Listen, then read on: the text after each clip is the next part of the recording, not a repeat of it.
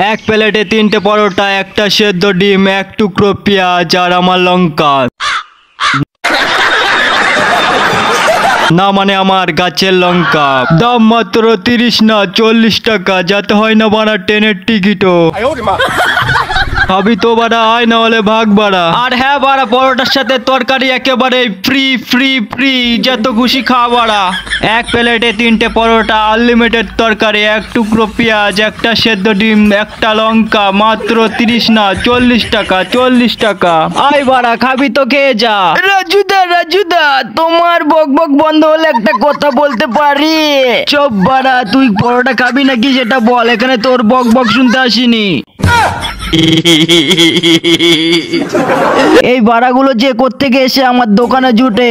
বলছি যে রাজুদা, তোমার দোকানে তরকারি ফ্রি তো? হ্যাঁ বাড়া। রাজুদা তাহলে তুমি একটা কাজ করো, তোমার ওই দোকানের ফ্রি তরকারিটা আমাকে দিয়ে দাও, আমার তো পেট ভরা, এখন পরোটা খাবো না।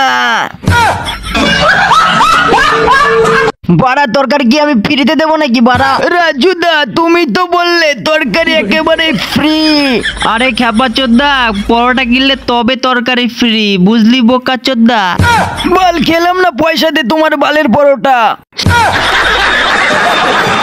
শালা তুই আমাকে গাল দিচ্ছিস, জানিস আমি কেমন ফেমাস? বালের ফেমাস, বালের ফেমাস, আজ আছো কাল ফুটে যাবে, তখন কি হবে?